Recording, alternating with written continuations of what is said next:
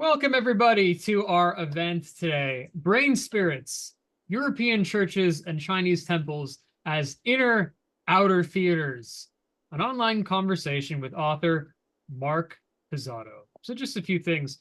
Dr. Pizzato is professor of theater and film at UNC Charlotte. He is the author of 8 academic books and 1 self-published novella, all available on Amazon and in the NYPL's research collections, by the way.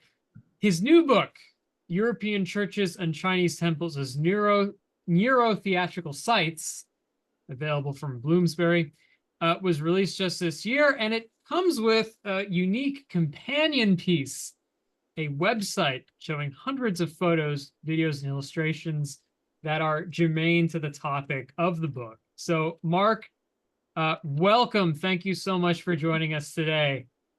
I'd like to get things started with just a basic question here.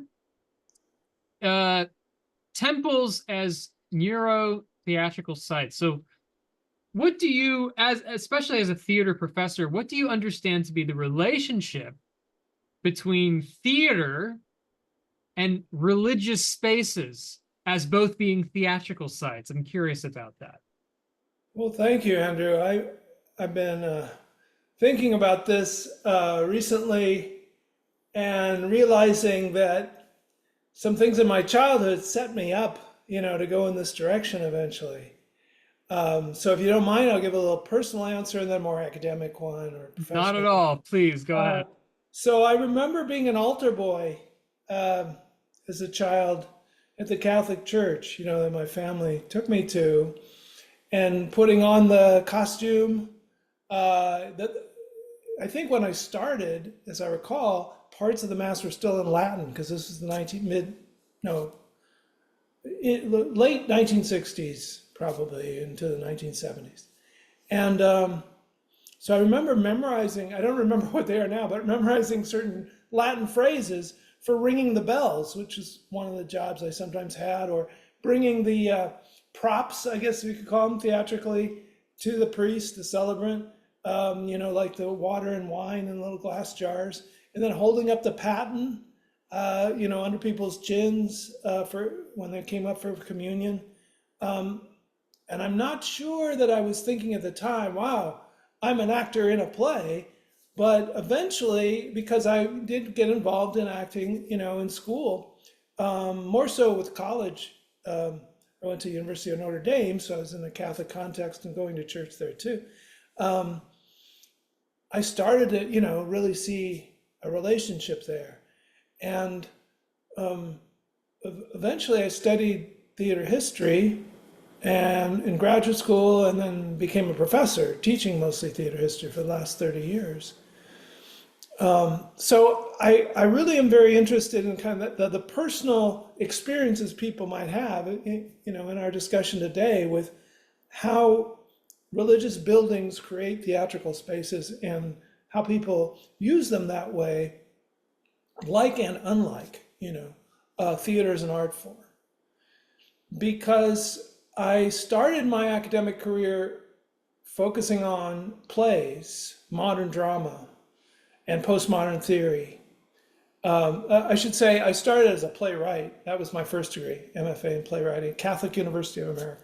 And then a PhD working with Herbert Blau, a great director and theorist at University of Wisconsin-Milwaukee, where I still focused on dramatic literature, modern drama and postmodern theory, and was interested in the edge of the stage. So now thinking back, I realized that my experience on the kind of stage, elevated platform in the church around the altar where the priest reenacts the Last Supper at the high point of the Mass, and, being a kind of minor actor in that, as well as then eventually get involved at the Old Globe Theater in San Diego, helping to build sets, and even acted a small role carrying a flag in the professional production of King Lear there in the summers when I was home from college. I think those experiences really helped me to, when I started teaching theater history, emphasize because I was exploring with students how theater emerged through religious context in many times and places in ancient India, as well as throughout European history, at various points in European history, and in Northern Africa with ancient Egypt even. So historically, there's often that relationship.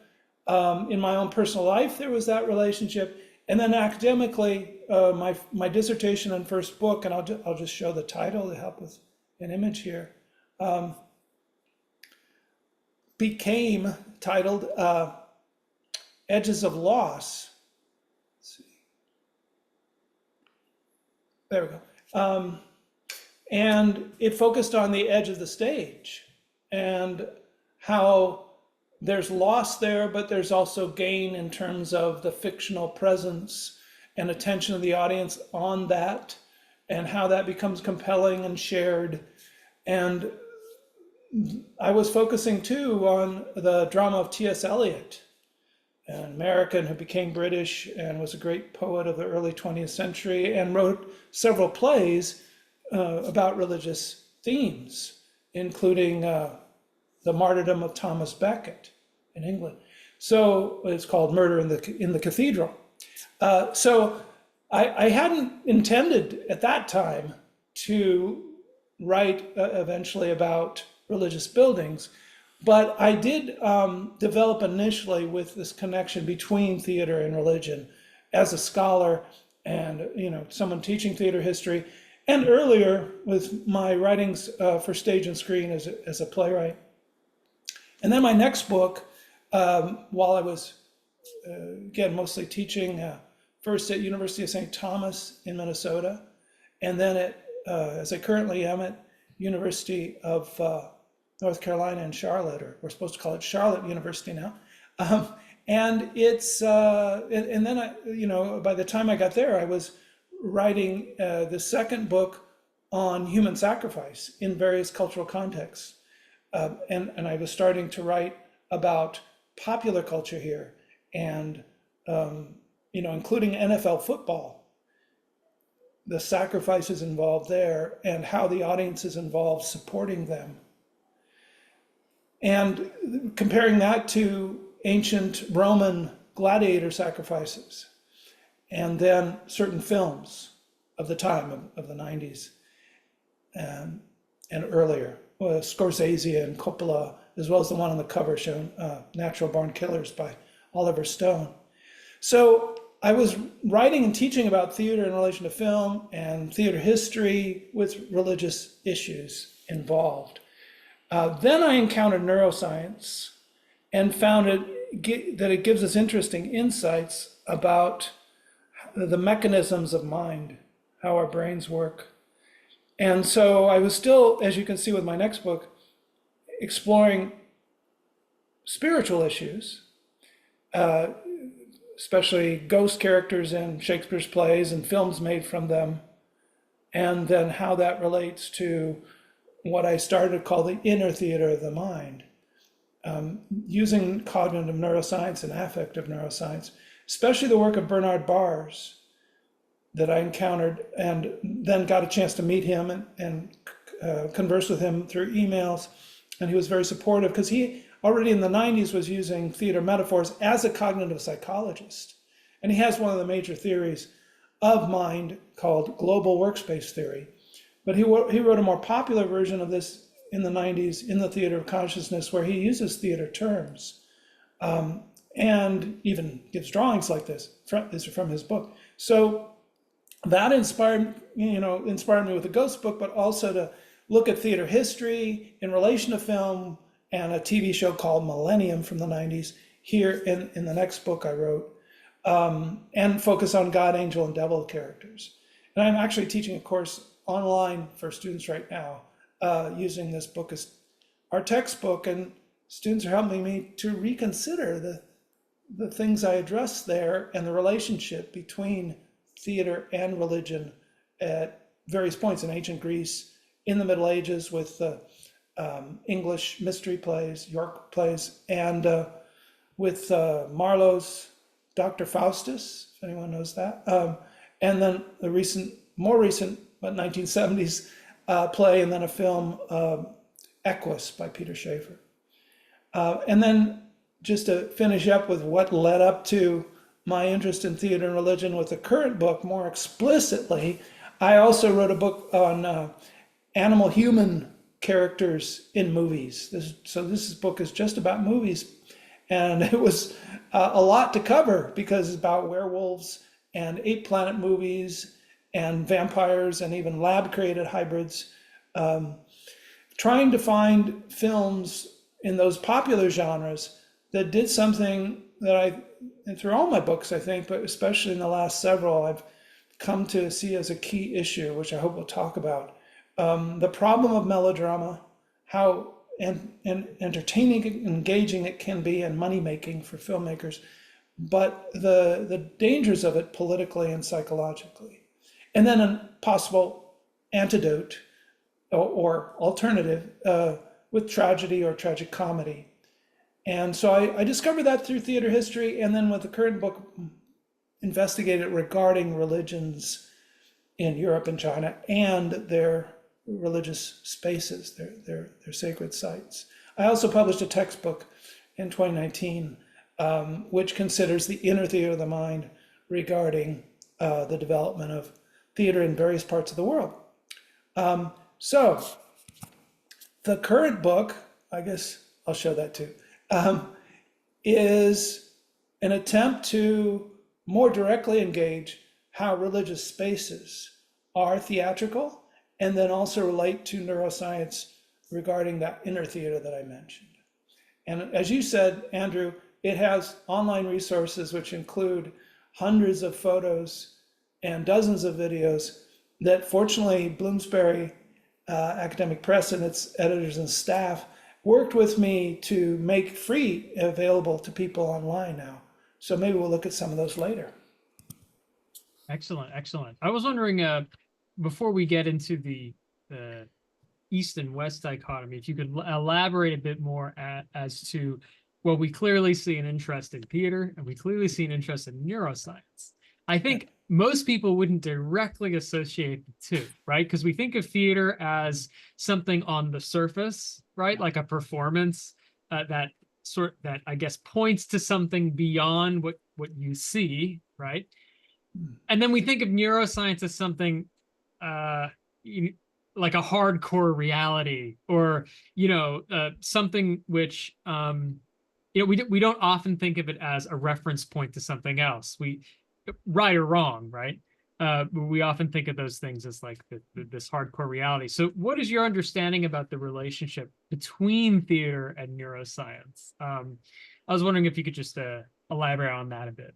Well, as I scratch my head, I guess I've long been interested myself in the inner experience of self in relation to others, and the kind of stage edge of that inside each of our heads, and how mysterious that is to ourselves, but also, to one another, because we cannot directly experience what's in somebody else's head. However, theater is a kind of way of sharing the imagination of the playwright and the director and the actors and the designers collectively, and then each person in the audience has their own experience that's unique of that, and it changes every night as well with live theater. So there's that relationship between theater as an art and what's happening in the heads of each person involved.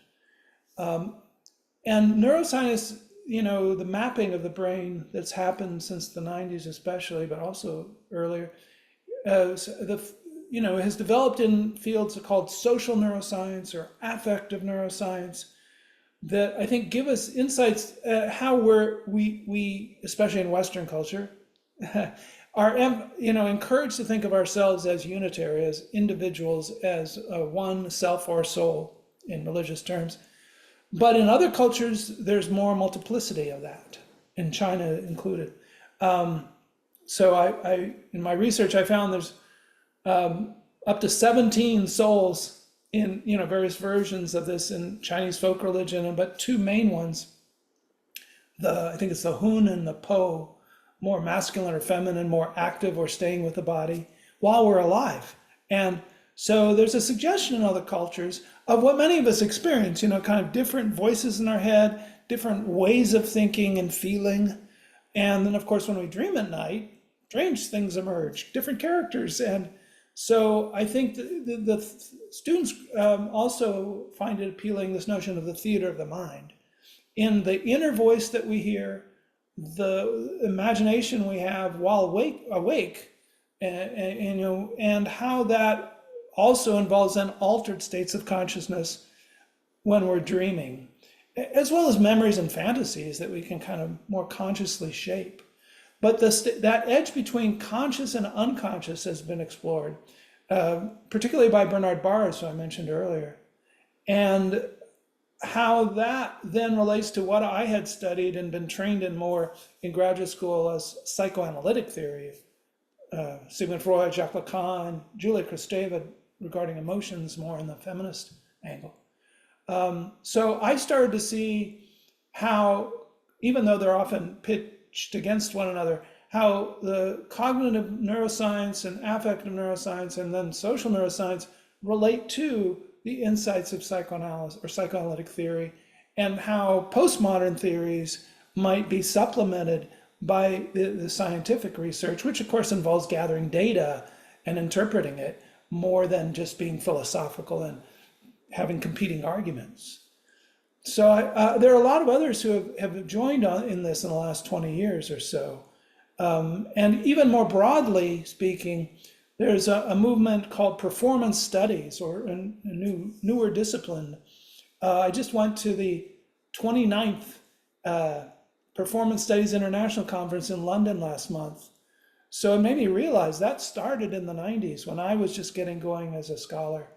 And Richard Schechner is one of the main leaders in that. He's turning 90 this year and editing his textbook on performance studies, which I use in teaching. So he's been a great proponent of it as a theater director and artist himself in his career at NYU.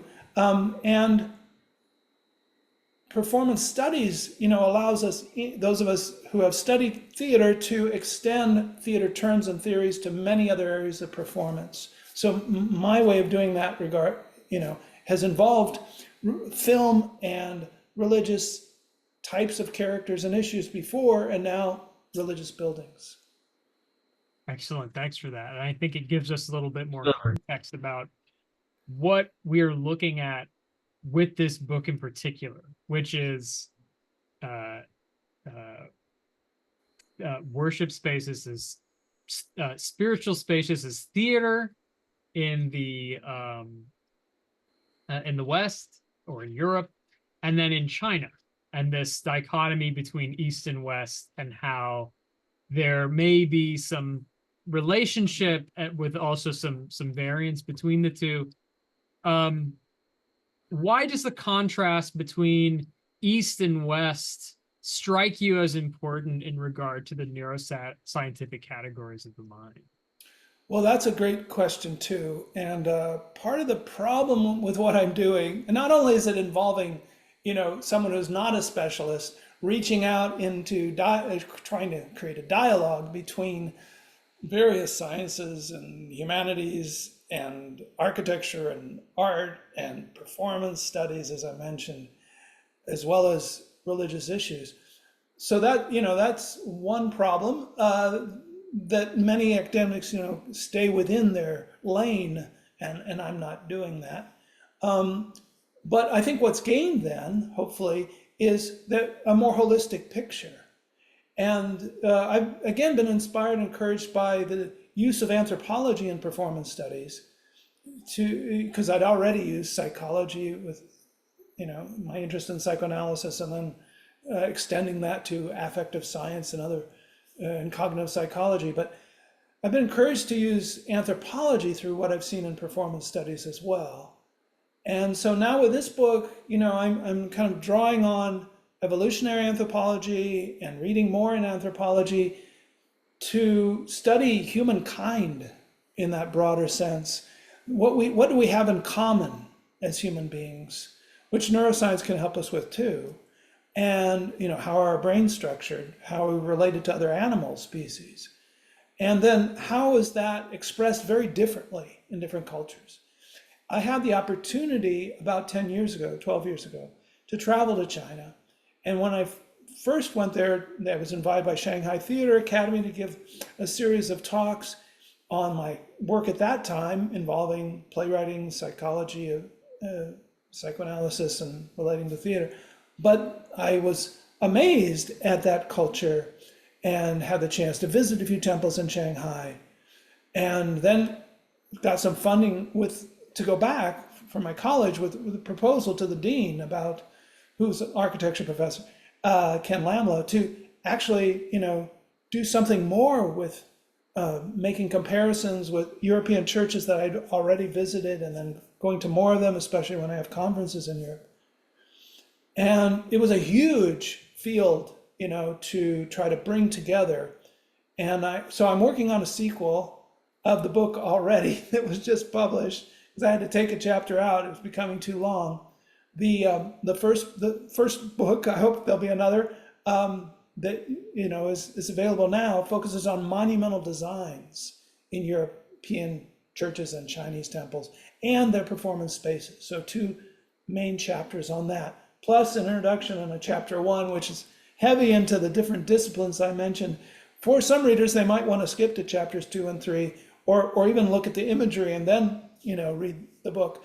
But I was trying to appeal to both academics in various different fields, in the sciences as well, and to a popular audience who might be interested in this.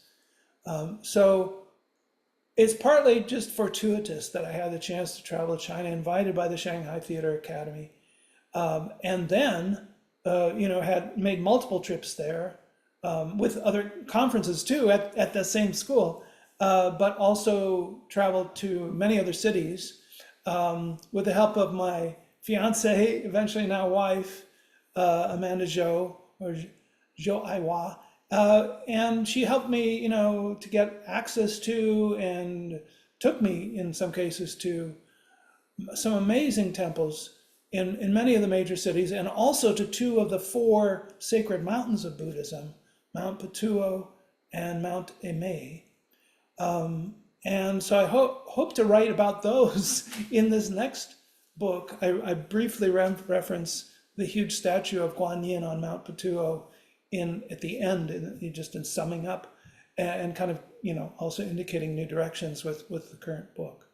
So why? So partly it's because I had the opportunity and became excited about the differences between Chinese religious buildings and European ones that I'd already experienced and wanted to see more of.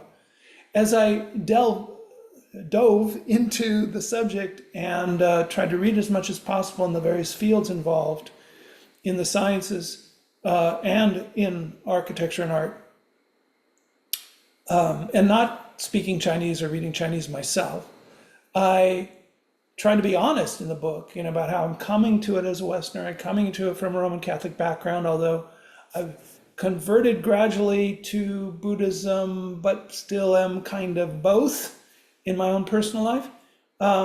So I'm fascinated by how different traditions of what we might call the cosmic theater developed in China in comparison with Europe and, the Americas through colonization with Christianity.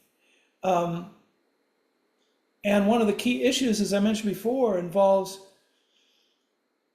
the melodramatic temptation that I'd written about earlier in my books, and also see in Christianity and its buildings, of hero versus villain, or victim hero in the case of Jesus Christ, and martyrs, fighting evil or oppressors in the human realm.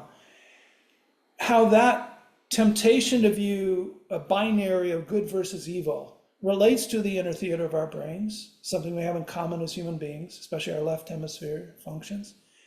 And I by the way, I use theater terms for various networks in the brain. So I call the left hemisphere the scriptwriter critic, in relation to the right as the mime improviser, scene designer. And then there's the other major network would be this subcortical below, or body-brain connections below those top hemispheres that I call the stage hands and explain in the book. And the temporal lobes at the sides of the brain as the audience, the inner audience, is mostly in the dark, of memory systems and intuitions and emotions, but shapes how consciousness is staged in our brains.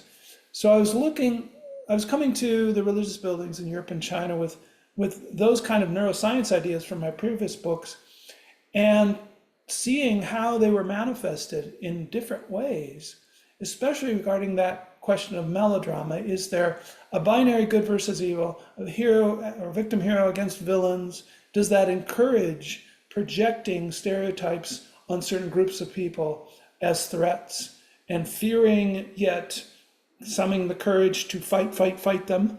I don't want to get too political today, but there's some things that happened in the past week that are very resonant with this. So again, initially I was very interested in these issues, and especially how more explicitly with religious buildings and for believers, there's a cosmic framework, a cosmic theater involved with God or gods watching and sometimes acting in the human realm, along with the social theater of everyday life we talked about, or performance studies explores, and the inner theater of our brains, using from theater as an art form, certain terms and understandings that developed historically in Europe.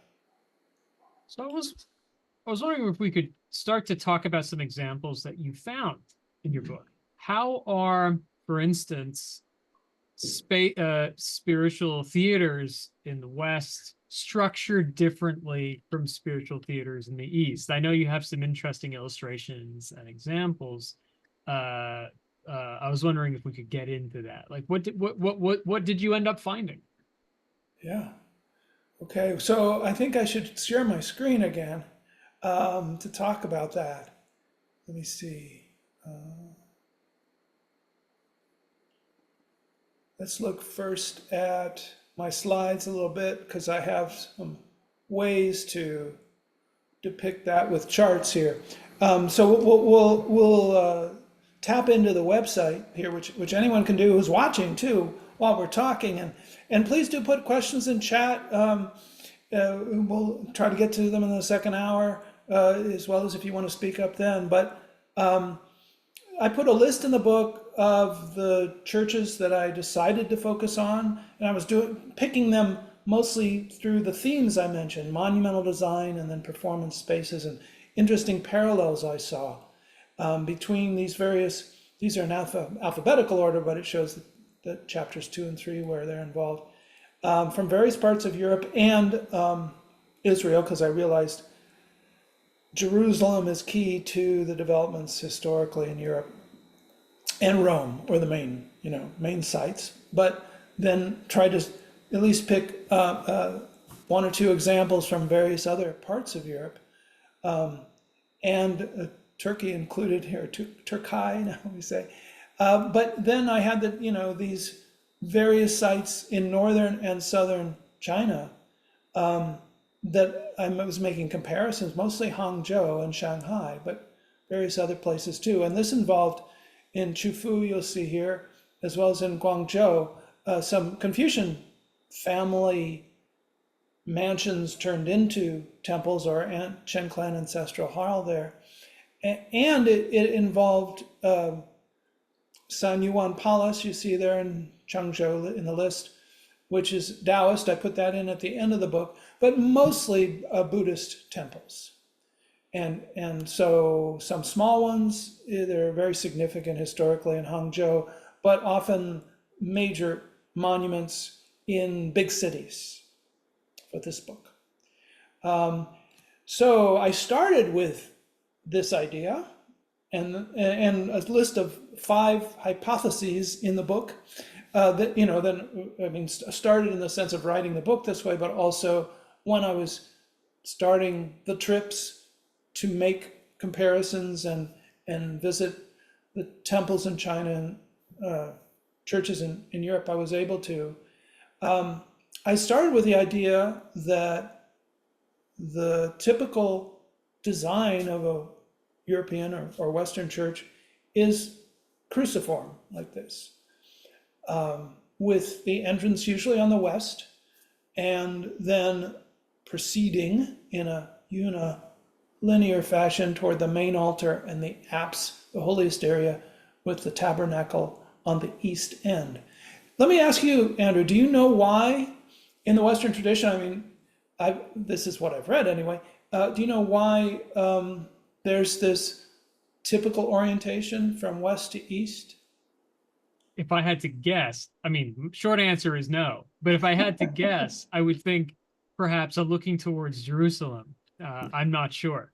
Oh, that's a good point. Not all, I guess in Northern Europe, it would be more southerly, but that's the key element of Jerusalem. Often in the apse, there is some depiction of the holy city of Jerusalem, right, along with maybe Bethlehem or heaven in relation to Jerusalem.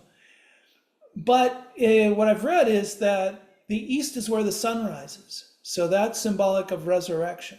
And so we move from the west where the sun sets, our earthly realm, toward hope for and more sacred sites presenting sacred areas, spaces of the church interior, presenting, the hope, belief in resurrection of the dead.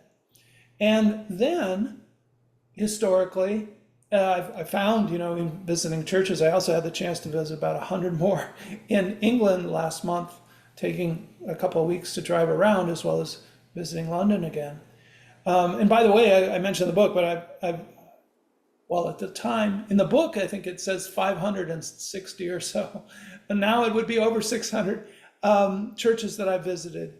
So I'm being very selective, in focusing on, I think it's 80 total buildings, most of them churches, about 50 of them churches, and some in depth, some just with brief references in the current book.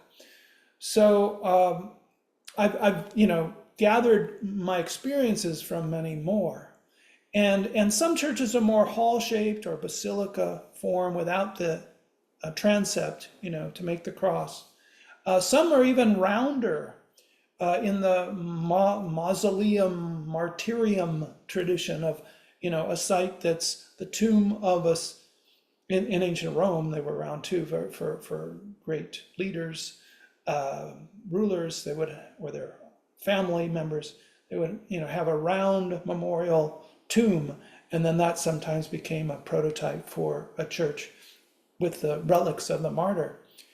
So I found some interesting exceptions, which I explore in this book, as well as the baptistry, which is traditionally separate from the church as a round or polygonal shape. And it made me wonder, about the rectilinear aspect of the main tradition in churches, and then the roundness of some of their spaces, as well as the inner sanctum of the apse or the choir in front of it, which has sometimes, in also in more modern churches, is not there, sometimes been taken down. But in older churches and cathedrals, one still sees how there was especially if they were connected to a monastery, how they, as an abbey, for example, and England has more of these exclusive areas. So screened off with actual barriers, and even to vision, as well as entrance by the ordinary people. So I was very interested in that too in writing the book, how there are more exclusive or inner sanctum, holier areas, spaces of these monumental churches, why they were built as huge edifices, with higher and higher towers and competition, cities competing with one another, and mostly made of stone in this kind of design, with some, other aspects of roundness related to them.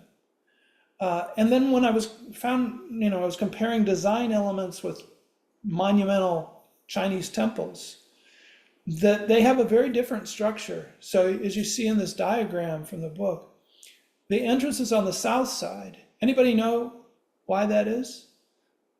I certainly don't, but if anybody wants to chime in, if they do know the difference, feel free. it's true, as I understand, of homes too.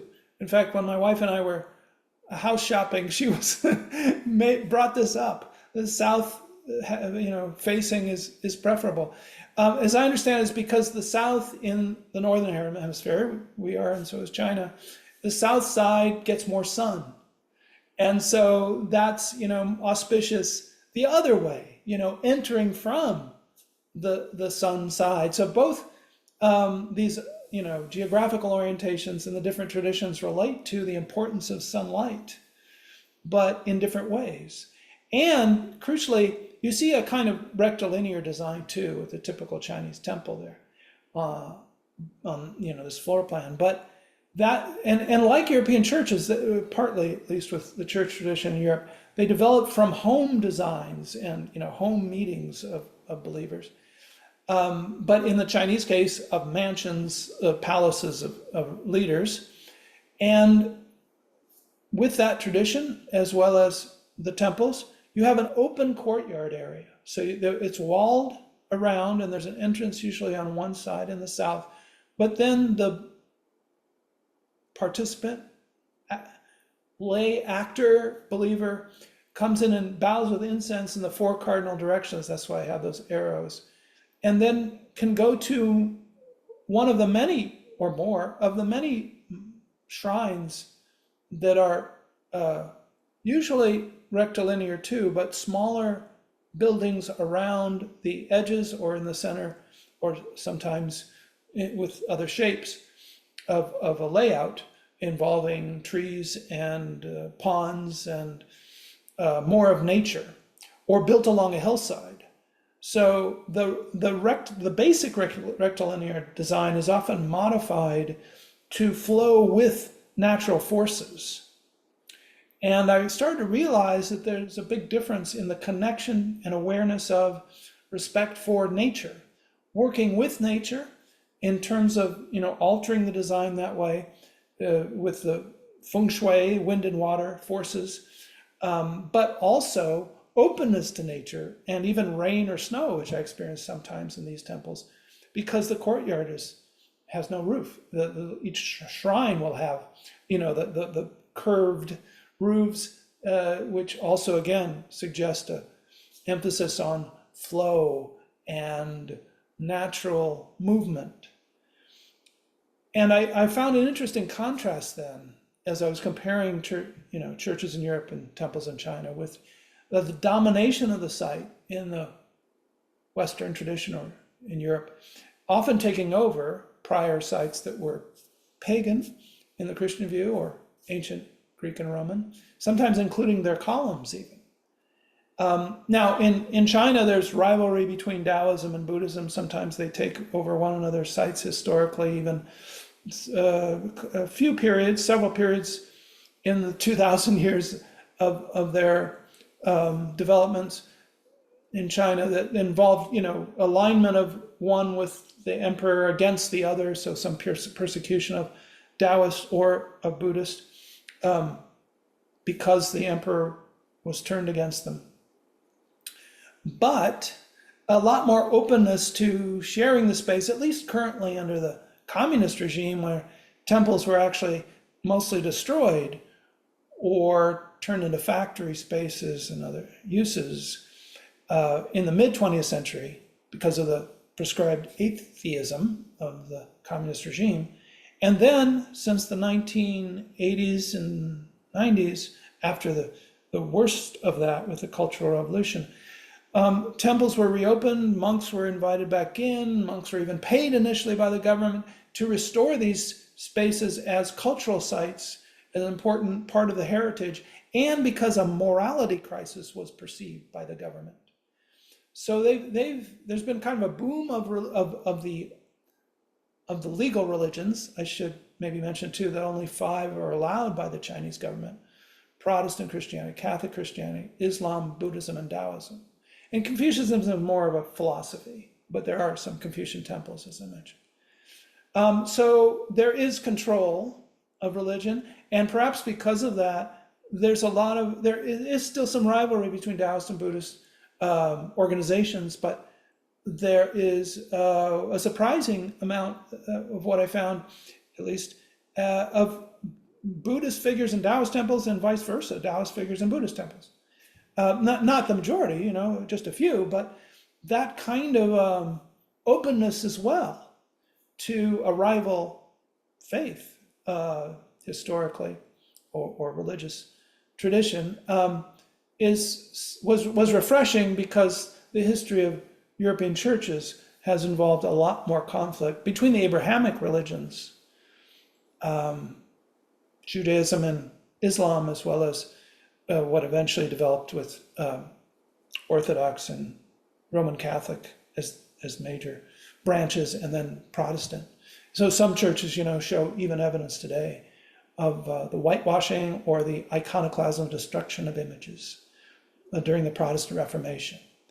And there's an interesting difference, between Protestant churches being purified of that kind of imagery. And they're quite beautiful that way too. But the abundance of imagery often in Catholic churches. And then Anglican churches in England being interesting mix of those different priorities. So that's a kind of overview of what I discovered. But the key themes, again, are rectilinear or round, how that relates to our inner theater. And there's some round elements in the Chinese as well as rectilinear. But I realized, even more importantly, starting with that hypothesis, was the enclosure or the openness, and the dominance of nature, or the attention to natural forces in Europe and China. And so I do have a list then at the end of the book of the 5 hypotheses and how I found them somewhat, or in some of them confirmed, some confirmed with many complications. So I was trying to be open to, and remember, what were my initial expectations, and what did I find, especially in writing the book and making comparisons of parallel examples. Then, being not completely scientific, but using the scientific prototype of trying to, see whether hypotheses are confirmed or challenged by the data. One of the things that strikes me about the theater of the Western Church is, I guess, the transfiguration of reality through something like the Eucharist, right? Like something mundane, such as bread and wine, becomes the body and blood of Christ.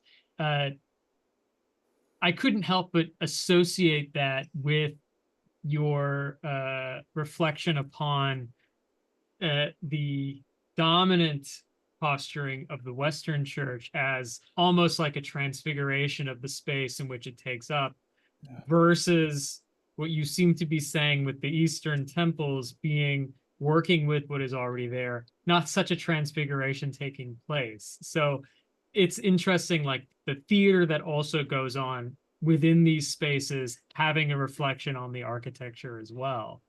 Am I way off base there, or is there, do you see that as a potential relationship? Oops, that's not the one I want to share. I want to share the website. I can. Oh, that is it. Okay. Yeah. No, that's not it. To answer your question, you're not off base at all. What I want to share with you, if I can find, here it is.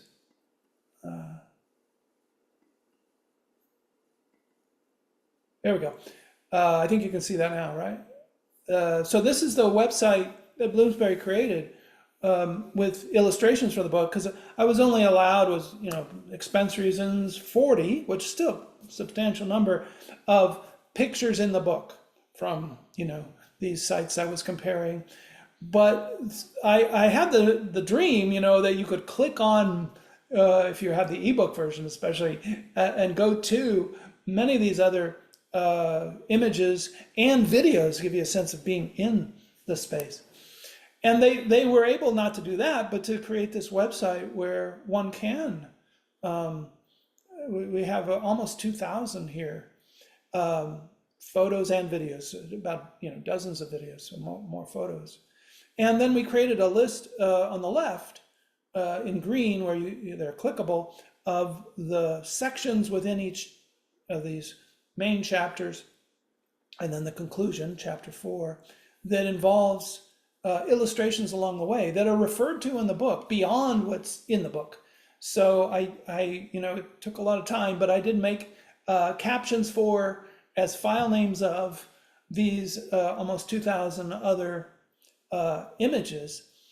And so as you can see here, and we just recently added this list so you can see which sites are involved if you click on one of these, as well as when you read the book, these sections within each chapter have, these illustrations referenced. So as you can see, it starts with Maltese mysteries, because I wanted to do a little bit with the prehistory. I'd done more of that in some of my earlier books with prehistoric cave art, but in this case, I thought, well, I visited Malta. I've experienced some of the partly reconstructed archaeological sites of temples, in quotation marks, because we're not sure. There's no written history. But they're amazing megalithic, big stone edifices, rounded shape, with huge female figures or smaller ones that have been found there. So many scholars speculate that there's kind of a mother goddess religion on the islands of Malta, a small country in the Mediterranean off the coast of Italy, between Italy and Africa. So I start with those, and one can click on the left here. And then the figures, of course, are in ordered number, but especially if you click on the figures, then you can, get them larger size. So then go back. I would encourage everybody to take a look at this, even right now, if you want to. Yeah, could you paste the link in the chat? Oh, okay. That would be a good idea, I think, and people can click along. Sure. Sure, because there might be some questions that emerge, for our second hour, fast approaching, that people have about the, see if we can do it. There we go. That people might have about, a particular building with, inspired by images of it here too. There we go. So I'm still sharing, good. So to answer your question, about, I think you're picking up on the dominance issue in your European rivalry of religions.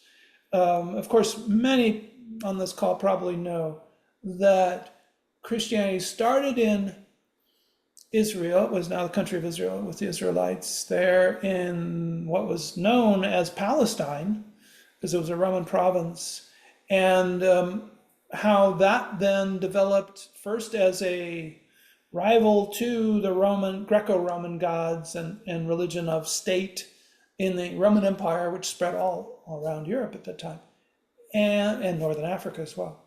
So the Christians were persecuted and then, became martyrs for worship later as saints in churches with relics of their bones, which I explore in the book.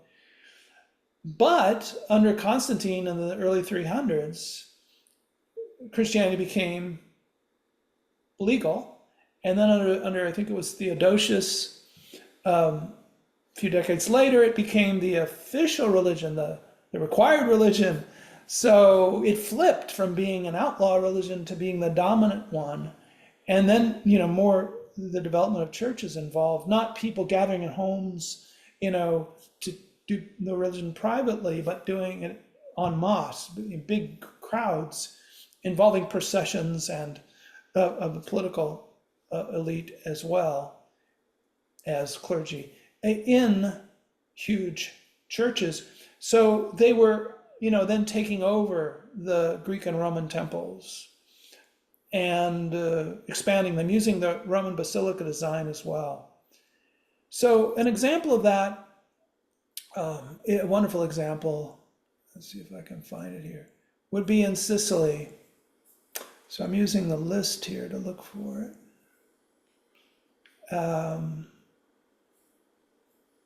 Let's see.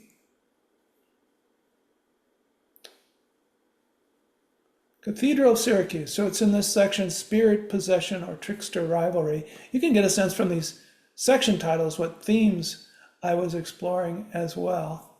So that's in chapter 2. So we go there.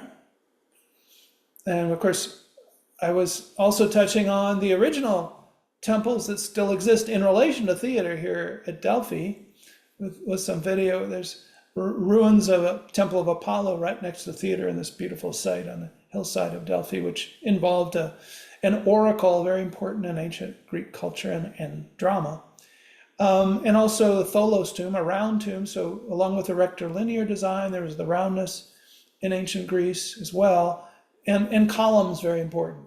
So I started to write about these as spiritual cages because they were exclusive areas where inner sanctum only for the priests with a statue of the god, but they also involved altars on the outside for more ordinary people to use in the transactional idea that is in many religions, and certainly in Europe and China with Christianity as well, and Buddhism and Taoism.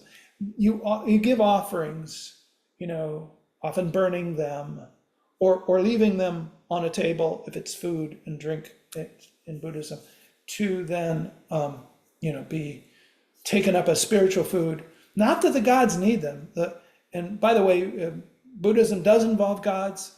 The more secular form of or philosophical form of Buddhist meditation, that we are familiar, maybe inherit more in the West, de-emphasizes that. But in China, it's very much about, because it's part of the earlier Chinese folk religion too, bringing devotional sacrifices to the temple to try to get some material or spiritual help from the gods, or to honor one's ancestors, even send them ghost money, which is sold near the temples that is burned, special money for the afterlife, and even objects that are burned. So you see some of the smoke here, right? This temple in Guangzhou. But coming back to what I started talking about, we can come back to that if people are interested. So this is an example of the Temple of Concord, right? Where it survived as a Greek temple in Agrigento, Sicily, because it was turned into a church. And then later it was, decided to restore the temple, ancient Greek temple aspect, as a tourist site instead of having it been a church, and converted back in modern times, not as a practicing temple, but as important cultural ruins. But in another part of Sicily, in Siracusa, there are, I'll show it bigger, there is, I should say, the cathedral, the main church. You can see in the side of it the Greek temple columns. So they put walls between the columns and created the cathedral out of it that way. And there's the map that shows it. If you go inside, you see the columns as well. And the outside, the front, was actually more Baroque, but incorporated columns in order to, go along with that ancient style, but in the 17th century taste, because there was an earthquake which, destroyed the front of the cathedral then. And so it's a really interesting interior space as well as exterior monument. You see the columns, Greek columns in the back, and then columns used, as they often are in churches, to create aisles and sometimes side chapels, which can be areas for worship as well, which then involve circumambulation, more circulation of individuals performing in relation to, in a kind of parallel way, as I mentioned in Chinese temples, people bow with incense and leave offerings to get spiritual help or material help from the bodhisattvas or the Taoist gods, but also to honor ancestors. Of course, in Catholic churches, people still do that today. They leave votive offerings, sometimes in thanks as well as asking for help. They light candles, and for some people, they do the Stations of the Cross around a church. Here in Syracuse, just as one example of many in the book, there's also relics. So the relics of the saints and art imagery provide another way of connecting to the divine, right? Through some saintly person whose remains, mortal remains, then are viewed as having spiritual energy. I call it post-mortem fuel, because they also help to build the churches higher and higher with some sacred relics, sometimes taken from another city, stolen or purchased.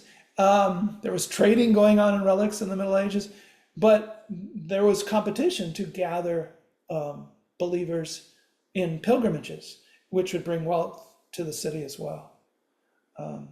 So this is just one example of many in the book where you can look around in this is the baptistry area of the Syracuse Cathedral, and as well as understand it in relation to the comparisons I'm making. So this is the next image, because in the book I compare that to the Eastern Orthodox tradition with this. I think I have just a couple examples of that in the book, maybe just one. This is the Helsinki Finnish Orthodox Cathedral. And so this relates to what I mentioned before, how you come into this cathedral. It's not only very enclosed, unlike a Chinese temple, but involves some of that exclusivity that's in the Catholic Church too, and was more so in many churches prior to the Counter-Reformation in the 1700s, where the screen, as you see here in this Orthodox church, was often in Catholic churches, sometimes with bars or squints for people to look through, but was often taken down, and then a communion rail designated the holier area for priests only. But still today in Eastern Orthodox churches, there's one here in Charlotte too, a Greek Orthodox church, which has this. There's a full screen blocking the view of the holiest area, and it's only for priests to go into. And so even the high point of the service, reenacting the consecration of the bread and wine and the body and blood of Christ, Eastern Orthodox priests do that too. But that's hidden. You hear what's happening, and then the priest will come out with the communion. But that kind of mystery and exclusivity is emphasized even more in this tradition. Plus, one can see a good example here of course, there's saints on what's called the iconostasis there, the temple, and the use of domes with paintings, but also the small image of St. George and the Dragon. So again, I was interested in, and I'm in the book I'm currently writing as a potential sequel, I want to go explore more the problem of the melodramatic mode, because it's in our current politics too, in the US and in Europe, of getting on the side of good, fighting evil, in this case a dragon, but also projecting that on certain groups or individuals as a threat. And it becomes very warrior violent imagery here in the not only Eastern Orthodox tradition. St. George often appears in Roman Catholic churches this way too, with on a horse stabbing the dragon, and then Michael the Archangel often appears with wings and a sword, or sometimes just with a sword, but chopping off the head of the dragon or dominating the dragon. So I was looking in making comparisons to Chinese temples for this kind of more melodramatic good versus evil imagery, or how that relates to the designs as well. And whether there's an alternative in the Chinese tradition in its own way, in Buddhism and Taoism, but also through our understanding in theater of tragic flaws in the hero, and therefore how our perspective has changed, according to Aristotle, in ancient, theory of his poetics. But also I supplement that in the book with the ancient Indian philosophy of the Natya Sastra, which is almost as old, about 2,000 years old, perhaps just as old. And that involves 8 emotions, not just the fear and sympathy that Aristotle identified, that gets altered through new perspectives that we gain by, in the Indian tradition, tasting the rasas, the emotional flavors.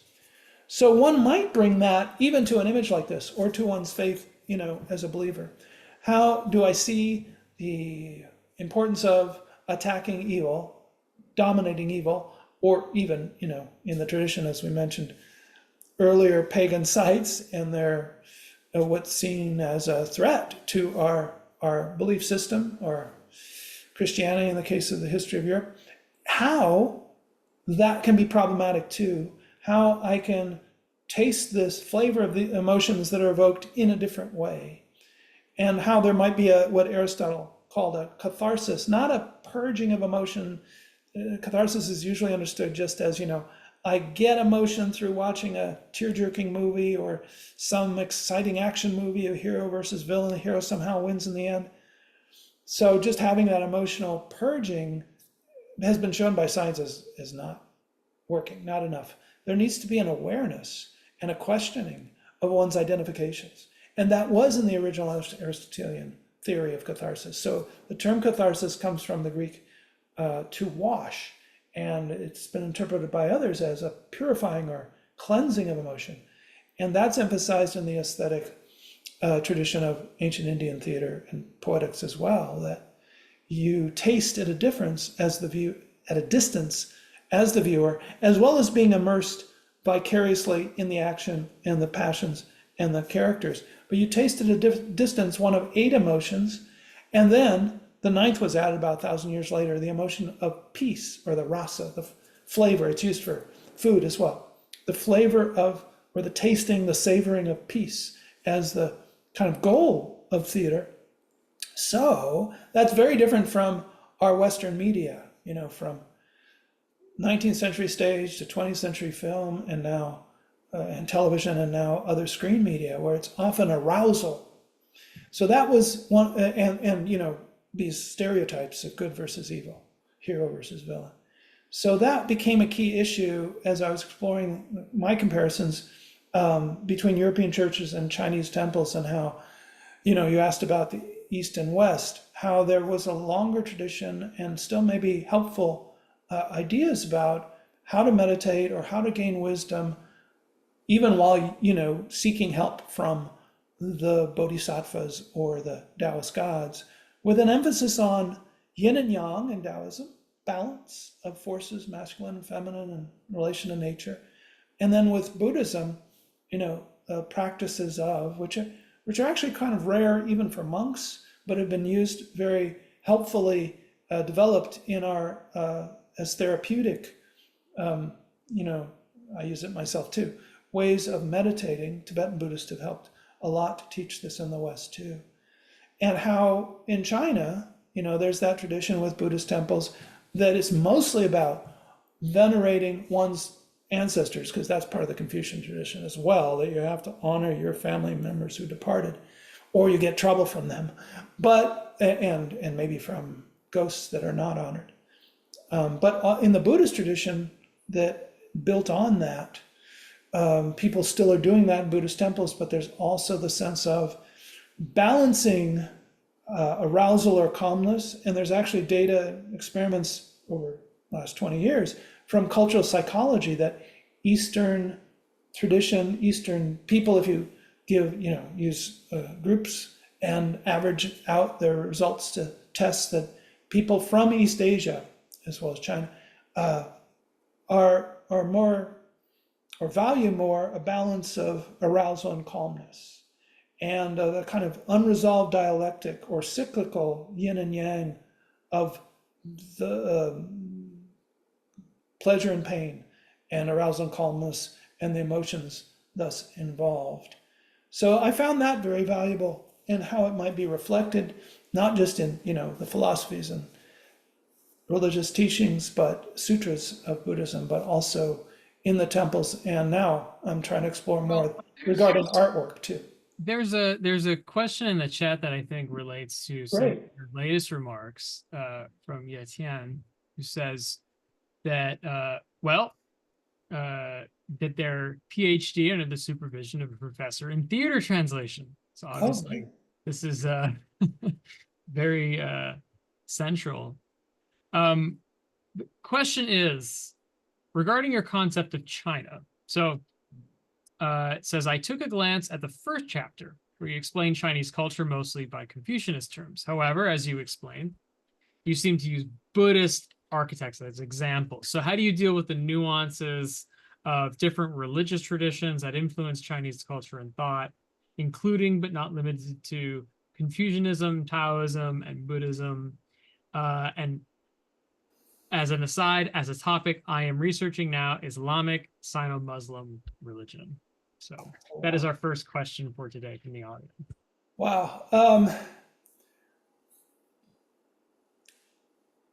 I found myself engaging with that as well, even considering Islam a bit and consulting with a colleague here in religious studies to check whether I could make this comparison. That I found myself in the first chapter of my book and the reading I was doing for it, trying to understand, how with Islam and Christianity in comparison with Buddhism in particular, but also Taoism, there's a different sense of the meaning of suffering. So trying to find meaning in one's life and our human awareness of mortality and aging seemed to be a key driver, impulse in the development of these religions, and yet how they come up with different answers, which are reflected in the religious buildings. So if I can kind of circle around a little bit, I'll try to be brief, because there's a lot in that question, to the way I address it in my book. And maybe that person will be interested in more of the first chapter this way. I'm glad they're exploring it. I have to admit, I was also helped by long conversations with a colleague in biology at my university who passed away, unfortunately, before I started this book, but helped me with the earlier books that I mentioned that I wrote, especially the one on beast people, where I started to develop this chart. I'm going to show you now, which is a way to try to understand where we all come from as human beings in our evolutionary ancestry, how that motivates us to explore the problem of, let's see if I can find it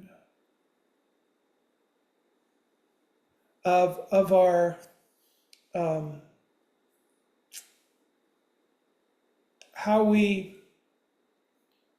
well, it's this one, but that's not the screen I wanted. There it is. Okay. So this is the chart from my book. It's in color here, but not in the book. That way, done differently. From chapter 1, about where does our suffering come from?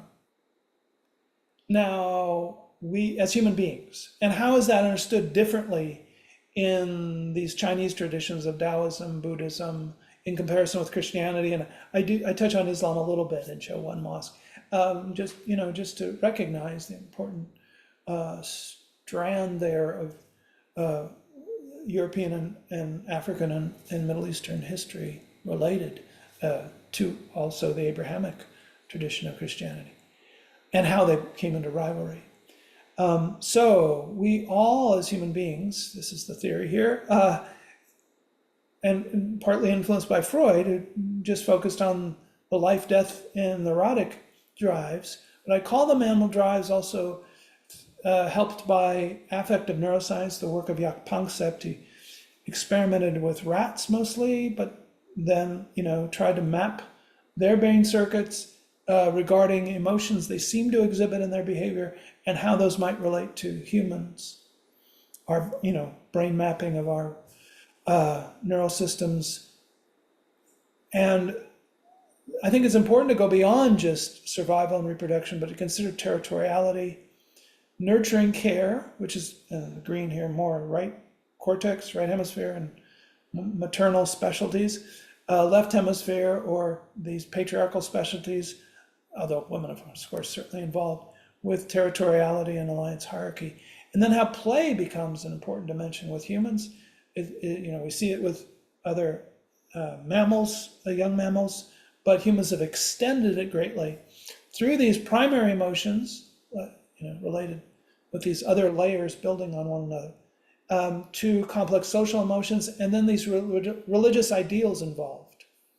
So belonging, grooming is used here because primates often groom one another, and that's an important way in which they become allied and sometimes rebel against the alpha in the hierarchy, but also then feel connected or group, in group against out group members, which can become very violent with chimpanzees. And so with humans, we see these primary emotions of trust and disgust, as I mentioned, with the melodramatic mode, problematically extending that. And then, how that often also involves shame and guilt. China's perhaps more of a shame culture, or East Asian. Westerns develop more of a guilt culture, but those are also ways of being in or out group, and then in a bigger cosmic theater, regarding the afterlife potentially as well.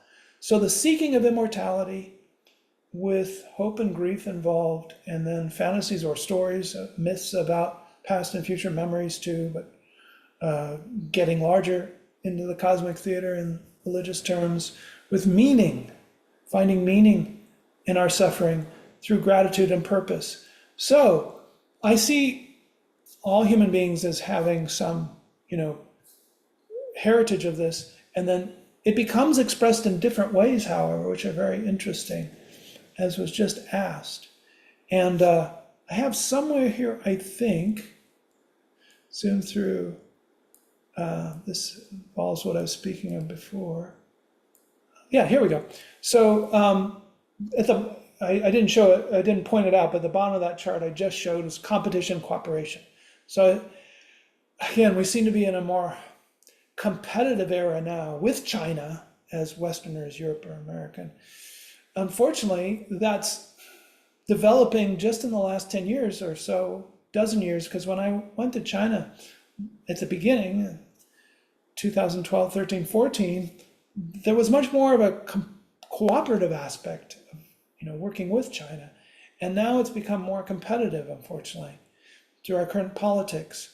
But having the right balance of those, right, which are perhaps the most basic drives or impetuses in all animals, how that then develops in the particular religious context and their buildings and artworks helps us to see, and maybe each of us to choose and make a little bit of a ripple effect in our own lives of how we are going to be more competitive or more melodramatic, more, fighting good against evil, or try to cooperate in a more yin and yang way and come to perhaps Buddhist awareness of interdependence. So I don't want to go into all the details here, but this was my map as I was working on chapter 1 to address the question that was just raised. And of course, I go into more detail there, but that Christianity involves the notion of original sin causing human suffering. And then the solution becomes redemptive sacrifice and salvation through Christ, right? God's Son, and the saints in Catholic tradition and Orthodox, not so much in Protestant. But God's love is an important part of that. So it's also that, more right hemisphere nurturing side of the mammalian tradition, inheritance.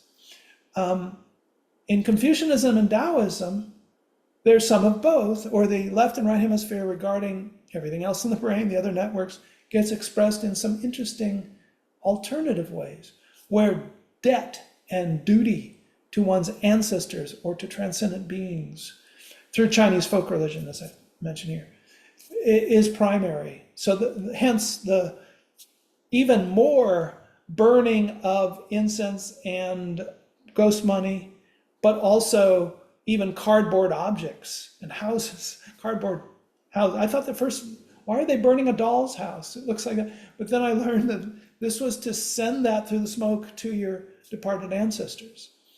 And so that relationship to the other world, or to the bigger cosmic theater, is extremely important for Chinese people today, and with thousands of years of that heritage. And it becomes a part of temple practice in both Taoist and Buddhist traditions, and especially articulated in filial loyalty and humaneness through propriety with Confucianism. In Taoism, it develops also in relation to nature and harmony with nature's way, or the Tao. There are various kind of esoteric ways with elixirs or exorcisms and afterlife judgments and heaven and hell realms in Taoism, which are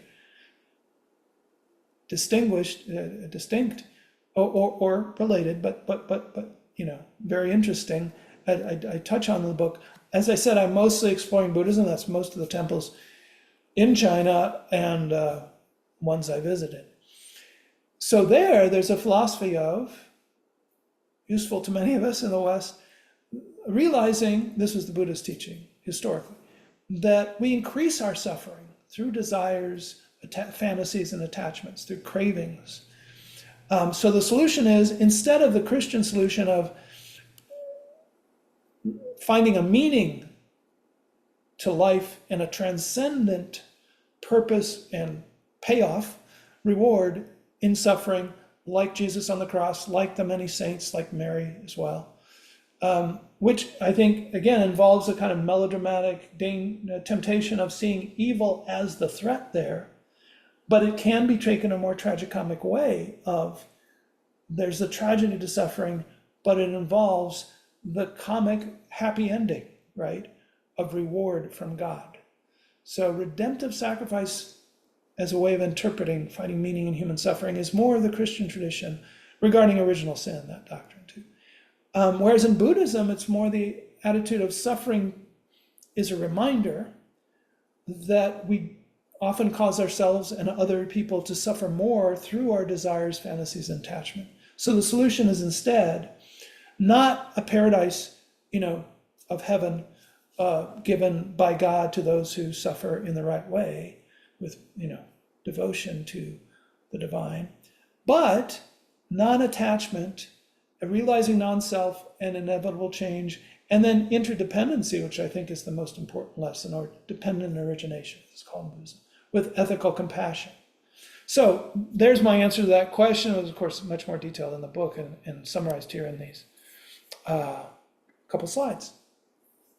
Yeah, there's regarding the diversity in the East, Nikki, of course, in the chat says, in Orthodox version, the original sin does not take future generations. And of course, we have, as you mentioned earlier, we have different approaches to spiritual theater in the West, depending on the type of Christianity. Obviously, many of the examples that you've shown us have been Roman Catholic. We have some Eastern Orthodox ones. And then the Protestant spiritual theater is incredibly diverse in terms of, because at least it would seem to me to be a matter of interpretation, protestare, meaning to bear witness to the spirit oneself, right? Something that came up last time we spoke about this subject was, with Protestantism being in large part an onset of literacy, leading to this diversity of spiritual theater, perhaps eventually producing this, what many have called spiritual crisis in the West, where church attendance is very low, all this stuff. But with also globalization becoming this flattening of this Eastern-Western dichotomy, where do you see the spiritual theater moving in the 20th century?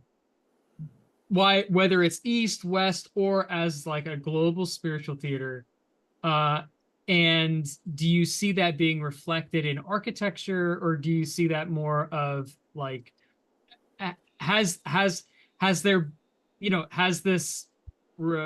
ideal of being able to bear witness to spirit oneself mean that there is no longer, say, a designated spiritual space, right? Because many people in America say they are, quote, spiritual, but they don't practice a religion necessarily in terms of like showing up somewhere every week. I don't know. Maybe that's a jumbled, garbled question, but No, it's a great question, Andrew, and it actually reminds me that we might consider more recent architectural developments with church monuments and comparing them to China, which again is tricky because, as I mentioned before, Chinese temples are mostly destroyed and then rebuilt. So I'm still trying to investigate how much they were rebuilt in the style of and in with a restoration idea rather than a renovation idea. But from what I can find out, they were mostly, although there's some interesting exceptions in the book, they're obviously more flamboyantly Baroque-like with extra creativity. But most of them were rebuilt, I think, in the 1,000 or 2,000-year-old tradition that dominated or continued in China more consistently, whereas in Europe we have these various different styles. So it's interesting, to look at the earlier styles I touched on with the Syracuse Cathedral, the ancient Greek and then the Baroque.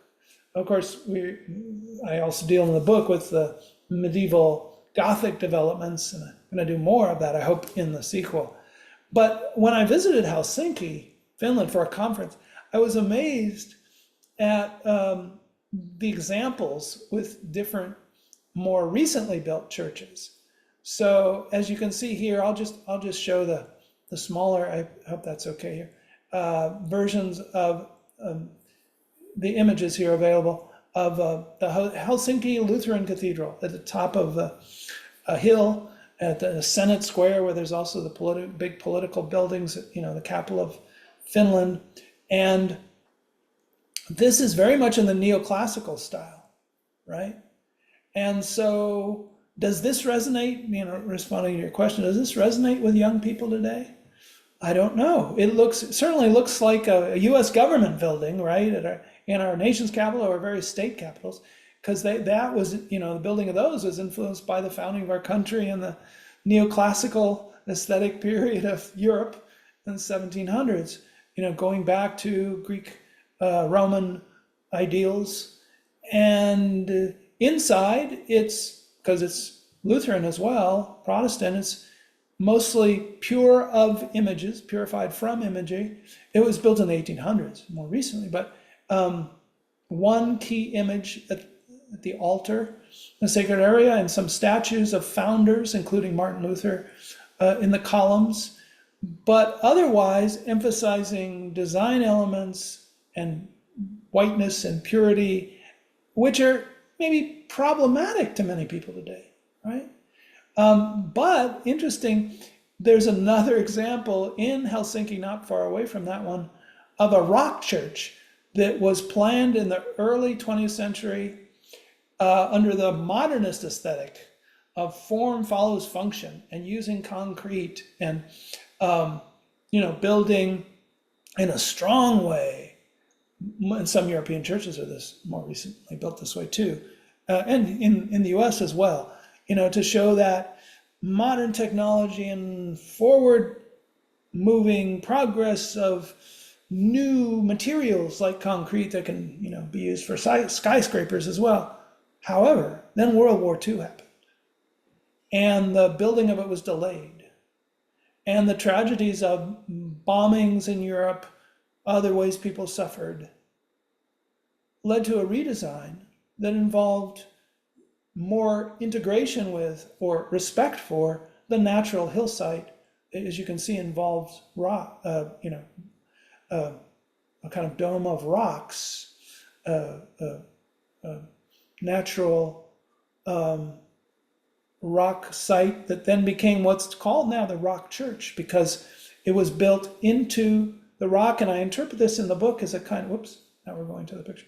I interpret it in the book as a kind of bomb shelter idea, but also a beautiful way of, from the outside, you see it's not a huge structure that climbs higher and higher toward the sky, as many traditional temples do. But it's a way of, oops, going back now. it's a way of exploring what I see more in the Chinese tradition of a relationship to nature. So I explore this toward the end of chapter 3, as you can see, with neoclassical, that's the Lutheran, to modernist with that rock church example. And inside it's quite beautiful. It's used for concerts as well. And but from the outside, it looks, rather less than traditionally church-like. It's also a Protestant church, a Lutheran church, and it's more a part of nature, like I mentioned with Chinese temples. And then you have another example with the Chapel of Silence. Can you see that here, Andrew? It's kind of boat-like shaped, and it kind of floating structure in relation to the central mall, commercial area, as well as train station of Helsinki. But it's a non-denominational chapel. And I think an attempt to address what you're talking about, how people are maybe, grow up in a religious tradition or not, but see what I explored in the book as the problems of those histories, especially from Europe to the Americas, how they are, still conveying a sense of good versus evil, of dominance over nature. And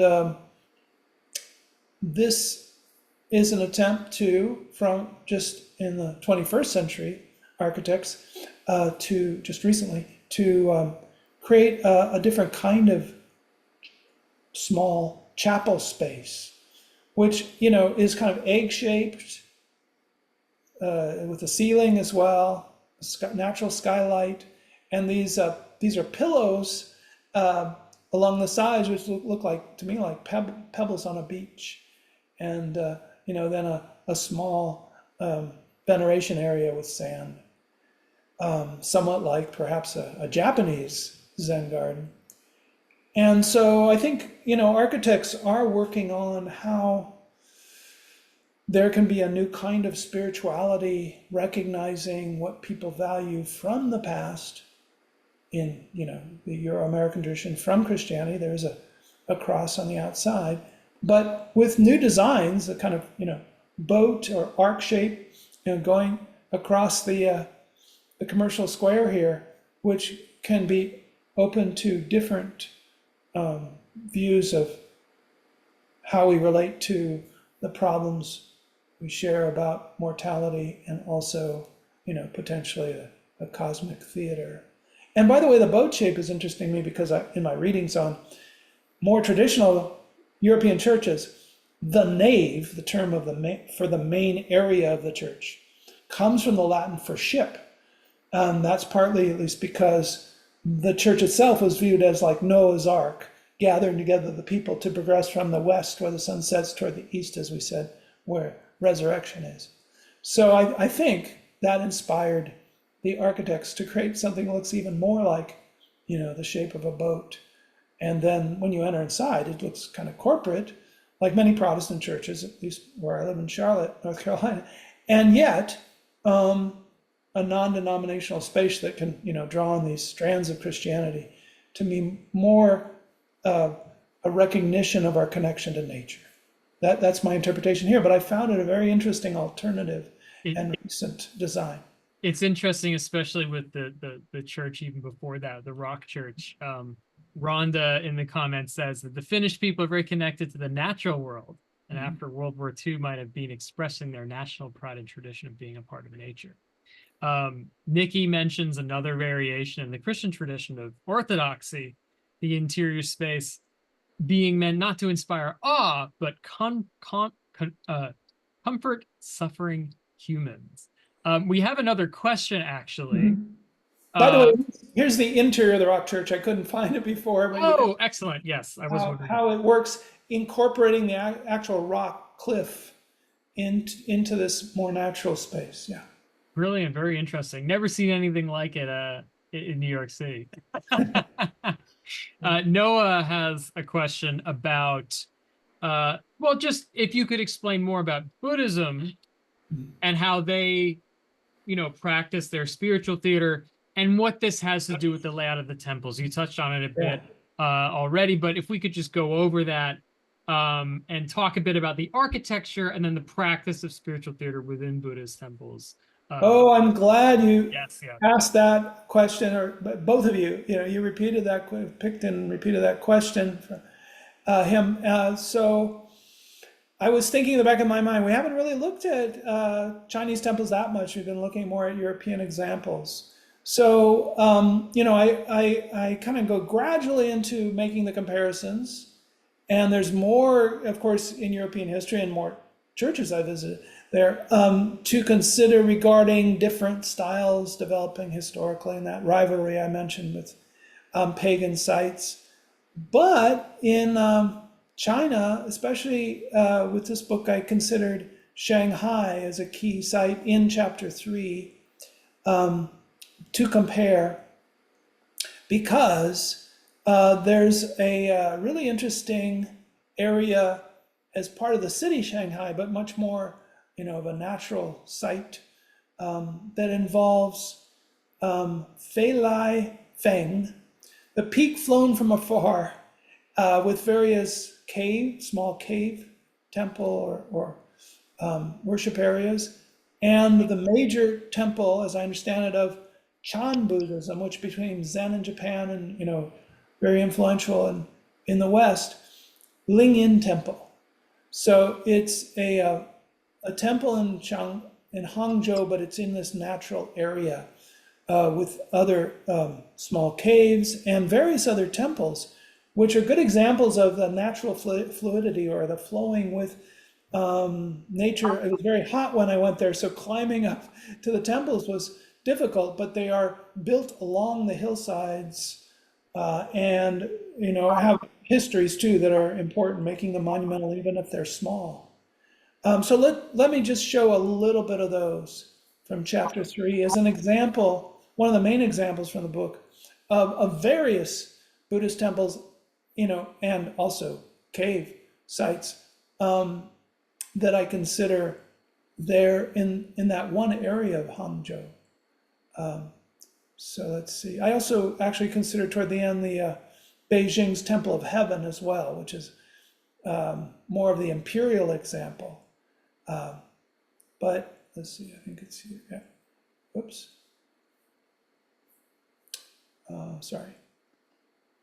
Shouldn't have clicked twice. There we go. So again, sorry for the smaller forms, but those of you who want to can go on the website too and make them bigger. So in this is called the Feilai Fang scenic area, or the peak flown from afar scenic area. The idea of the peak flown, the legend is that a Buddhist monk, traveled to China and saw in the natural peak there something that he associated with a famous, I think it's Vulture Peak in India, that was a part of an important Buddhist sutra. And so, the legend developed that it flew from India to China, like the flow of Buddhism through many travels of monks. And there's also a famous sutra trip, taken from China to the West, to India, to then bring sutras, the sacred texts, to China as was developing. It happened historically, but there's also a fictional version of it that's extremely famous for Chinese people, Chinese culture, and even in some films and TV shows, because the character of Monkey King is in there. And it's the Tang monk who travels, and he's given help by Guan Yin, the bodhisattva, who gives him a monkey king who has supernatural powers, but also is very agitated in fighting demons that occur. There's some good movies version of this. And that to me shows again the melodramatic temptation of fear of evil, and we need to fight evil in the Chinese tradition as well. But the overall story involves some other creatures too, which I associate with different brain networks in each of us. The pig man and the the fish, sand, bottom of the sea monster, that are actually allies to the Tang monk and help him in his journey. And so this legend, as well, based on historical events, is shown in rock carvings here. Some of these carvings, I found in my research, are up to about 1,000 years old. And so, some are walled off as well. And most of them are these meditative bodhisattva figures. There's, various others. Very important, Vairocana, along with the historical Shakyamuni, and Samantabhabra, Manjusri, or some of the main ones, along with Guanyin, the one who became female in China. She was Avalokiteshvara, male in India originally.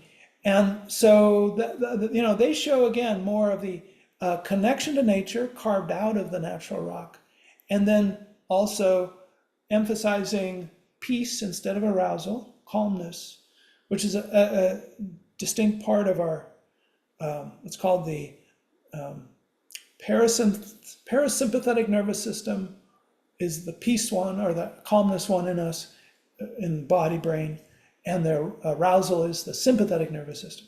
So that, I use some science to explore those different values regarding, brain-body networks, but also cultural psychology in the book. As I think I mentioned before, pleasure, pain, imbalance, or both valued, as well as arousal, calmness, more in this Chinese tradition.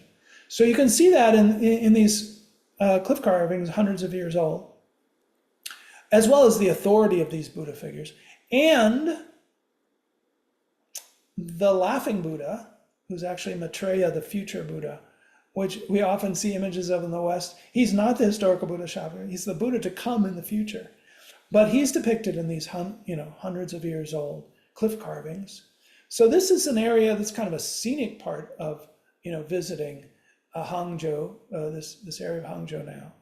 But then along with that are halls built along hillsides, as in my section title here, of Lingyan Temple.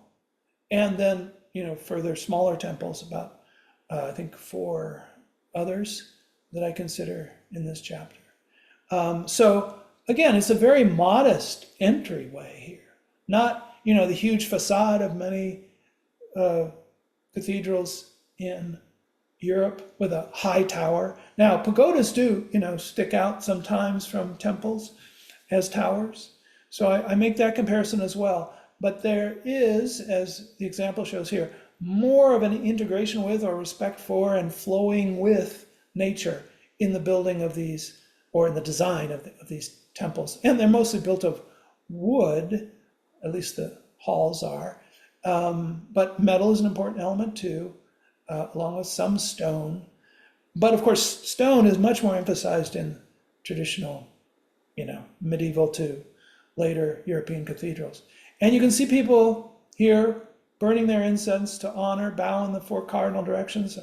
A clergyman, I think here, priest, monk doing it as well. By the way, Buddhist temples are usually monasteries. So they do have some exclusive areas where the monks live and eat and have their teachings or have a library. But most of the complex, with the open courtyards and the multiple halls, are open to visitors. So again, it's not a channeling toward one exclusive, highest, holiest area, as in the church tradition. And there are these multiple burners and big statues. Okay, let's just look quickly at these close up, because it relates to the theme I've been mentioning of how in the Western tradition we have this melodramatic temptation, binary good versus evil stereotypes and projections, which can be a problem. In many Chinese temples, both Taoist and Buddhist, but of course most of my examples are Buddhist, there's either a Heng and Ha figure as guardians at the entryway. These are 2 kind of warrior figures. Japanese temples have them also. Or more often I found in my examples, the 4 heavenly kings, north, south, east, and west. These are at the God level. There are 6 realms in Buddhism from the Indian tradition. God's at the highest level, although they're not perfect, they're not all powerful, they're not immortal. They do go through the cycles of life as well, and they can slip back down to the other areas if they don't become enlightened, like we're all, trying in Buddhism to be. So gods are powerful, but not immortal. And some of them, like these heavenly kings, are more warrior figures, but they're usually just at the entryway to the temple. And sometimes they're also standing on demigods, asuras. So it seems like they're dominating the demigods, like, St. George with the dragon or St. Michael with the devil. But what I couldn't understand is they're holding them in place to give them the Buddhist teaching, as well as to protect the temple from, malevolent spirits. So evil spirits are considered in Buddhism, or the rivalry of these gods, which can, be shown as a kind of fighting. That's considered to be involved, again, the yin and yang in Taoist terms, or in Buddhism, the interdependence of all of us trying to become enlightened regarding our temptation towards more suffering, and how we go through multiple lives in lifetimes of progress that way. So here's a better picture. I don't think you see asuras in this one, but in some of my other examples you do. And those are the different heavenly kings and the cleaning of them. And then at the center, this is typical of the entry or gate hall of a Buddhist temple in China. You also have Wei Tuo, facing toward most of the rest of the temple, to again be on the watch for any malevolent spirits and to protect the holy space from them. So there is still some of that indication of battle against bad guys. But again, the overall tradition is more about how there's compassion for evil spirits or people, and people who do evil. They're not purely evil. They might be demons, but not demonic in the sense of the Christian, Satan and his devils, just purely evil. And therefore, they're also in a process through those other realms, the lower realms, because below the gods, demigods, and then humans are animal realm. So animals are also on a process of multiple lifetimes, and we might be reborn as animals, or at a higher realm. Below animals, which we could also be reborn as, or some people, who have too much attachment and cause suffering to themselves and others and have that attitude of mind, might be reborn in the hungry ghost realm, as it's called, where there's spirits that are just craving all the time, can never be satisfied. And then below that is the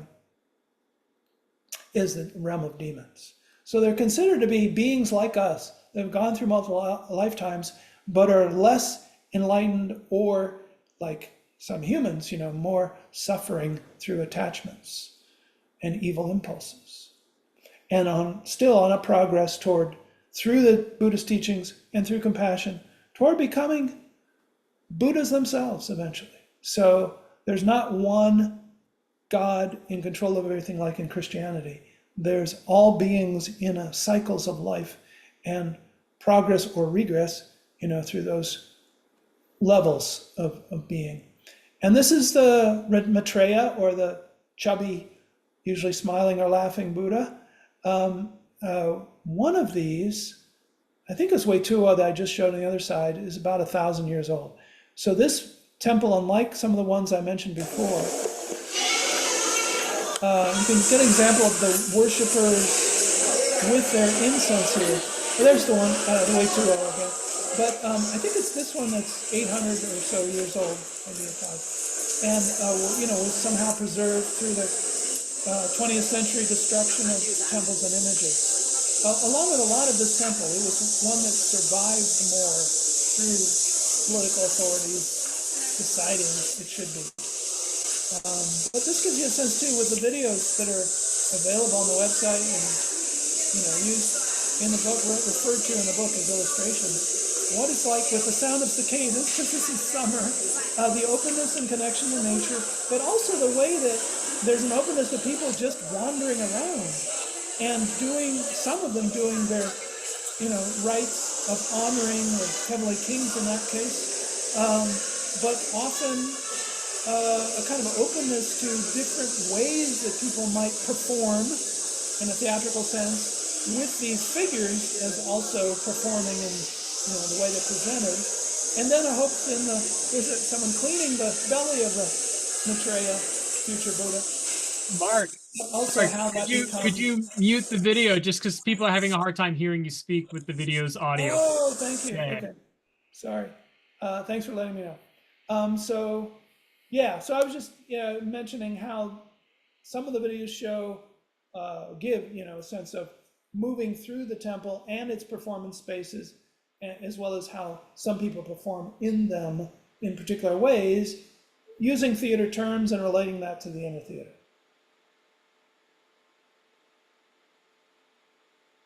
Yeah, so we have this more, I guess you could say, come and go cyclical spiritualism reflected in this, I guess, more open air temple structure that you're getting at with some of the temples you saw in China. I mean, the halls have this, containment. Sure, yeah, But with absolutely. multiple figures, sort of like saints, or other imagery of divine, Jesus, Mary, and Holy Spirit. And so I make some of those comparisons, but it's also important, I think, to realize how with Chinese temples, typically there's the openness to nature with trees inside the courtyards and bushes, but Right. also built on a hillside. And then, sometimes you get rain or snow connecting to nature as well. Fantastic, fantastic. Do we have any last minute questions or comments? We only have about 8 minutes left, and I need to take desk, unfortunately. But does anybody have any last minute questions or comments? We've talked a bit about the diversity of approaches in East and West, as well as it relates to the foundational argument of the book. Real quick, Beverly has a question. Can you expand on the differences in the role of suffering in Eastern versus Western religion? Obviously, we'll be painting in broad strokes, but suffering in particular. Beverly is interested in the differences that you've observed and how that might relate to the architecture, I guess. Great. Well, I happened to be, as I was scrolling through here, coming upon one of the main halls in Lingyan Temple with the Medicine Buddha. So this is a great example. This is one of the other Buddhas, enlightened figures I didn't mention, but it's a key, figure here in one of the main halls. So as you can see, there's worshipers here. There's actually, when I visited, there was monks and lay people. They're taking a break here, but they were chanting sutras in front of this Medicine Buddha. When I researched the Medicine Buddha, it interested me, and I mentioned this in the book, that his legend involves being a king who became enlightened through the Buddha's teaching to the extent that, and you can see he's holding a little jar, which, is also because people seek his help with physical illnesses. But he was, in his legend, he was a king, a medicine king, I think it was in India, who then immolated himself. He soaked some rags in oil and put them on himself and set himself on fire. And this was seen, I think, even commented on by the Buddha, historical Buddha, as, example of complete non-attachment to oneself and this world. Not that it's recommended for everybody, although some, like in Vietnam, some Buddhist monks have done this as political protest. But what intrigued me was, as you can see here, he's not depicted as immolating himself. He's not depicted like Jesus on the cross, with extreme suffering as the divine figure showing a way to transcend our mortal world. He's shown in meditation, and even with a little offering, little salve or medicine for people. And I'll show you. Okay, so in answer to Beverly's question, it is a huge question. I showed some charts before that are in the book, and I go into more detail, trying to make comparisons. But I think that's one of the key issues, so I'm glad you brought it up again. That one can see here that suffering is not idealized. There are dragon figures, of course, they're figures of nature, actually, and powers that can help, not just Satan or evil that's conquered, like with St. George or St. Michael. So that's another key difference, too, in the imagery. But you can see here that even though there are monks chanting, people are still allowed to gather around to do their personal devotions. So there's a kind of openness as to nature and to different types of people being involved, and not a focus on suffering of martyrs or of Jesus on the cross as the way to connect, to become closest to God. Instead, the Bodhisattva, in this case, the Manasmutta, can offer you help in your life, but also provide an example of how meditation is a way to eventually end suffering, and the wisdom and compassion that come through it and through the teachings and through the community, a way to decrease suffering and eventually end this. We all become enlightened in the future through multiple lifetimes, hopefully. Well, we just have a few minutes. Hopefully this will just be a short question, because I do have to go at 3. But chapter 3, you use the term supernatural translations. Did you use translation on purpose? If so, what's the rationale? Oh, that's a good question. Yes. So supernatural translations comes from the term translation being used for, in my research I found, moving relics, translating them from one site to another, often to a bigger church as monumental. As I mentioned before, sometimes even stealing them in the rivalry between cities. Like, for example, I don't consider this in the book, but with the course I teach based on this book, one of my students last fall explored this, how St. Mark's in Venice, beautiful church, involves the relics of St. Mark, or the whole body that was supposedly taken, I think it's from Istanbul, then Constantinople, stolen by merchants. And so my student brought up the question of, well, how can it be holy and valued if, stealing is wrong? And so some of the version of the story goes, well, they rescued it from Venice. So translation involves both those positive and negative aspects, and also because I find language an important part through the Lacanian psychoanalysis that I used in my earlier books and use a bit here, with our left hemisphere being more language oriented, and how that actually comes, the work of Ian McGilchrist about the research on left and right hemispheres in animals as well as humans. McGilchrist points out how that comes from our predatory heritage, because even with birds, we're very unlike humans, but also sometimes very intelligent. Their left hemisphere of their brains is used for predation, for finding food, while the right hemisphere is aware of being prey, of dangers. And so it's how those hemispheres interact along with other brain areas of the inner theater. And I'm trying to explore in this book and what I'm writing anew, but it does involve this question of translation then. How does that work inside our brains, especially because the left hemisphere is more of the language, verbal side, and the right is more holistic, but then intuitive. And how do we change the filtering or make it more flexible between left and right, the language abstracting areas and the right hemisphere.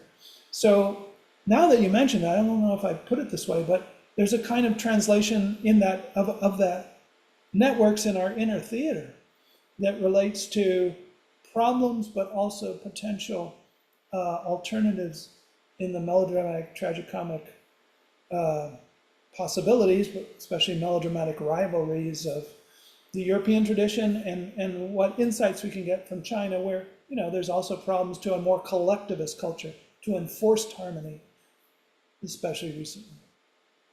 Well, thank you, Mark. I wish we could go longer, unfortunately, Hmm.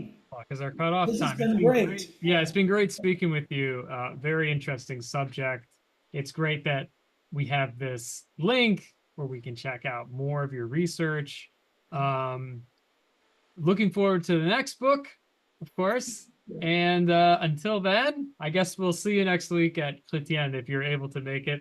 Oh, yes, yes, yes. Everybody, if it doesn't know, Andrew is giving a great series every other week of exploring Arthurian Yes, romance, which yes, very much relates to what issues I've been mentioning, but we didn't have time for regarding what happened in the Middle Ages, with the focus yeah, on the suffering Christ and the heroic warrior Christ of course. defeating evil. But just because I have it here, Andrew, one final note.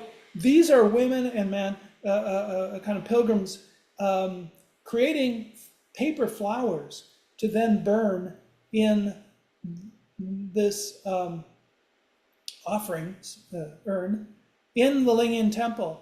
What I realized, though, it shows again the openness of the different schools of Buddhism, as well as with Buddhist and Taoist combinations, because they were chanting to the Pure Land Buddha, a different school from the Chan Buddha of the temple. They were chanting Amitofuo, trying to get help to go to a better afterlife by burning these paper flowers. And yet, they were in a very different school of Buddhism, which is actually more focused on meditation instead of these rituals to a bodhisattva. So I encourage all of you to contact me. My email is easily found at University of North Carolina at Charlotte, and let me know any further questions you have or what you find in the Yes, imagery or the book. please email me if you didn't commit that to memory, and I will provide Mark's email to you. So Yeah. thank you everybody for coming. Thank you, Mark, especially for speaking with us. We'll see you next time. Goodbye, everyone. Thank you all. Bye-bye.